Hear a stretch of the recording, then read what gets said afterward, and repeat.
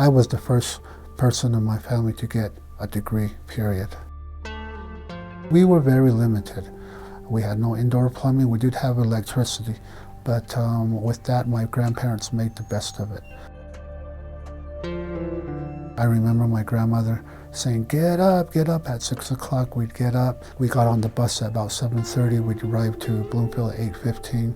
So it was a matter of getting up early, getting our homework done. I mean, my grandmother, as much as she didn't know what the school system was all about, she knew that we had responsibilities that we brought back from school, and that's how she ensured that, we did what we needed to do.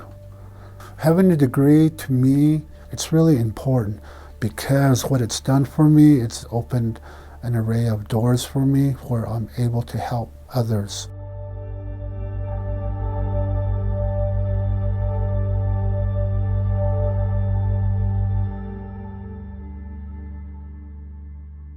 Douglas was wise to follow his grandmother's advice. After all, nearly 1 in 4 American Indians and Alaskan Natives do not complete high school. Only 13% have a college degree. That's less than half the rate of the general population. But Douglas beat those odds by pursuing a post-secondary training. This broadened his options when he was looking for work. And that is why there's a new emphasis on getting certificates and credentials for participants of Indian and Native American employment and training programs. Because even certificates that can be earned in less than a year can make a real difference on the job market. And because when you get your certificate, you help yourself, your family, and your community.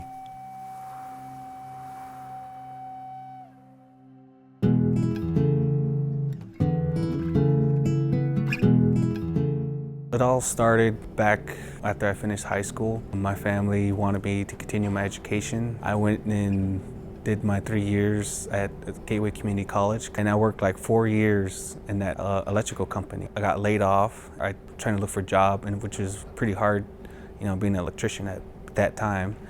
I wasn't certified, so from there I just kind of I didn't know what to do. So my family, and along with my sister, who is a ASU alumni, said, why don't you apply for ASU? So I said, okay. So that's what I did. After I had my twins, they were 30 weeks when they had them, and so they were in the NICU.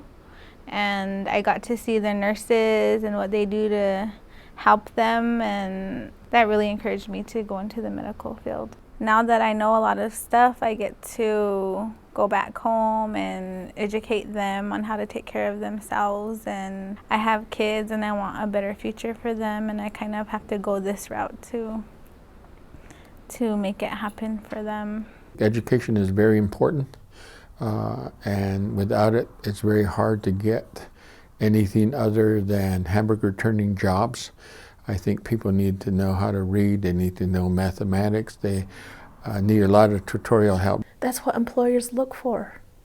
They want to hire individuals who have the training, who have the certificates, who have that education. And so the certificate has been particularly important to us by helping our students succeed for themselves and their families and their respective communities.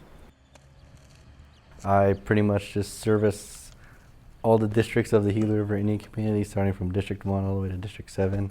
I pretty much just do everything like troubleshooting, moving computers, installing. It was just really vague topics on what you can choose. It said like fire department, police department, computers, so, different things. So everything is like so computer dependent, nowadays. And it's gonna just keep growing.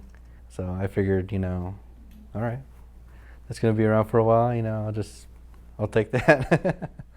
Occupations have changed over the years. Technology has brought a lot of changes. So it's important that everybody try to keep up with those changes. When I started working, it was high school. Everybody was worried about getting through high school.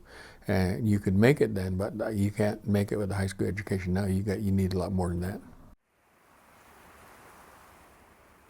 Growing up on the reservation, you're used to being around your family mostly every day, all the time, and then you move out to a city where everyone's new, you don't know a lot of people, It's kind of overwhelming at first, but you know, as time goes by, you get used to living off the reservation, and you, I guess, adapt to it.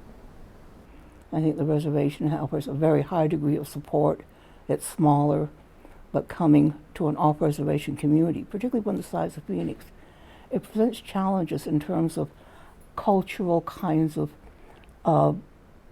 awareness. And making those cultural connections is very important to our customers and students. And so they come to the Indian Center to kind of, get support, kind of socialize, and again, like I said, make those connections. In 2007, when I was still a ways from graduating, that whole summer looked very bleak. I didn't really have a lot of options. I didn't have a lot of things going on. And then so someone suggested that I go to this place called Employment Training here in the community. And the staff were able to identify some things in me that I didn't notice. And they were able to put me on a really straightforward path to where I am now.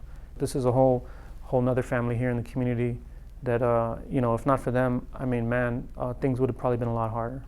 I always tell them that, utilize this time while you're enrolled in this program to become more motivated about getting back into the workforce, to really develop yourself, relearn yourself. Why is it that you want to be in the workforce again? I said, I guarantee you by the time you're done with this program, you'll know what kind of career you want to build up on or what kind of career you want to get into. Tara and her colleagues at the Indian and Native American Employment and Training Program have been helping people like Sylvester, Mallory, Juan, Robert, and Marcina realize their ambitions by finding training opportunities that lead to certificates and eventually to jobs. When I received my diploma, there was a lot of weight lifted off my shoulders just because everyone doubted me and didn't think I could do it. I felt very proud of myself. She comes in and then I was like, Mom, say what's wrong? I'm like, well, you called and I got the job. So she's like, what? You got the job? I'm like, yes. I made it seem like I didn't get the job, but in reality, I actually got the job. So she was like, really? Awesome, right on. Give her a big hug, and then we were both super happy, man. My dream is to have a house with a family, doing what I love, which is construction, and helping future prospects students succeed as well. Oh, what do I love about construction? I love everything. I love from the tractors to the workers, to the wires, to the lights, to mechanical, everything. I love everything about it, from the ground up, from the dirt to the concrete, everything. Because I can, later on in life, when you drive by, with your family or with friends, and you say, like, hey, I helped build that building.